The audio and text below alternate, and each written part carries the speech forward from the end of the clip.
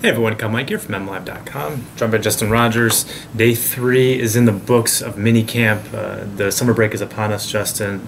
We've talked about the week about the offense and how good the offense has looked and their growth and comfort. And Stafford looking really good the first 2 days of minicamp. Today, I think the defense got some revenge. We saw a pick from Darius Slay.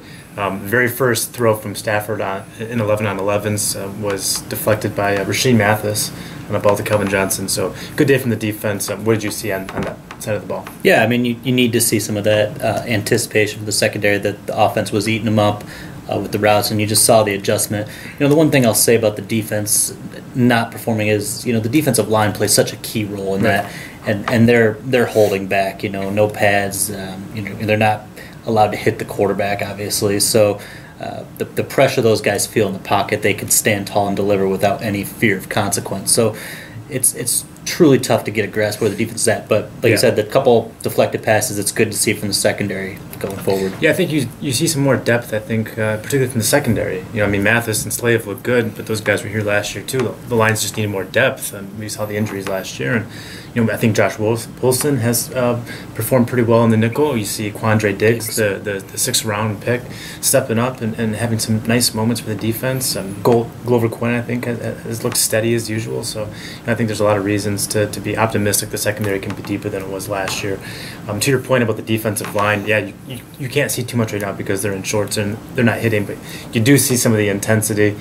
You lost something with Sue, but you see Ezekiel Ansah picking up maybe where some of that left off, and he was pretty intense today. I saw a sequence where him and Riley Reef were really going at it on a play. Like it was almost full contact without the pads.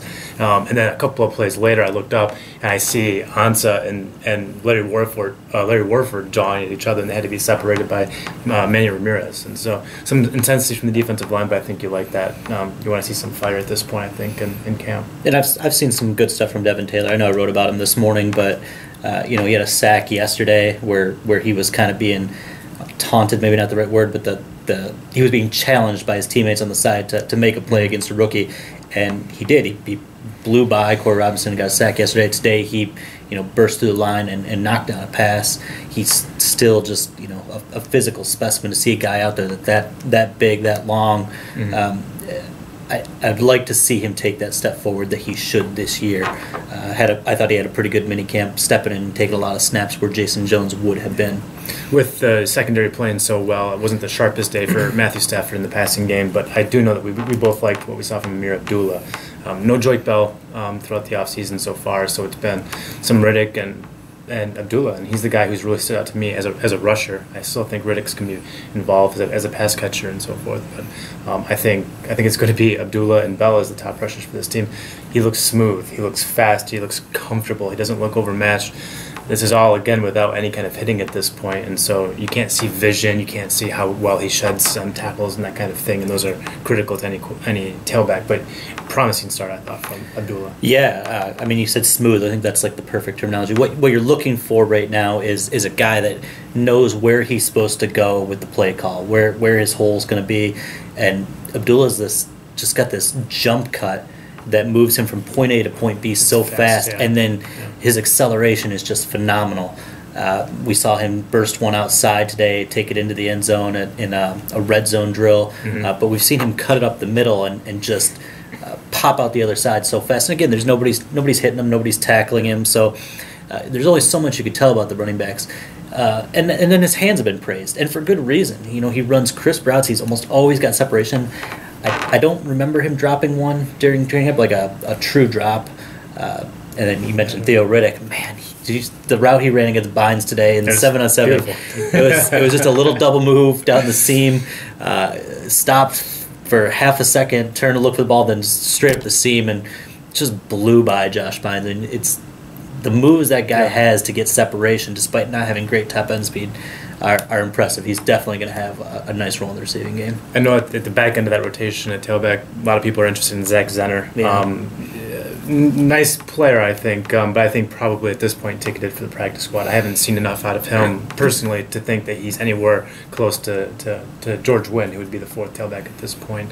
I do think we see some interesting competition at fullback. Burton's their guy, the 5th round pick, but Yeah. we did see Emil, how do you pronounce his last name? Wannagu? Thank you. Yeah. Yeah, he took the first rep today. With the first time, I don't know if you saw that, but he was out there for the first rep with the first offense. So that's kind of interesting. Intimidating looking individual. I have never talked to him, and I'm terrified too. Yeah. He just sits in the locker, that mean look all the time. Yeah, Man. well, he's got his head shaved, and it's kind of like caved a little bit. Yeah, it's just he looks like a scary dude. Looks like a football player. Yeah, going back to the 4th running back, I think it's an interesting competition. Wynn definitely in the leader in the clubhouse, if you will. He's done very well on special teams. I just get the sense he's more comfortable in that role, something I don't think he did a whole lot of before he got to the NFL. And he took a lot of first-team reps, and throughout this practice with Bell being out. The whole minicamp, he was getting some nice carries. He's running strong. Obviously, he's got some credibility with the coaching staff, the fact that he was on the roster for a good chunk of last year.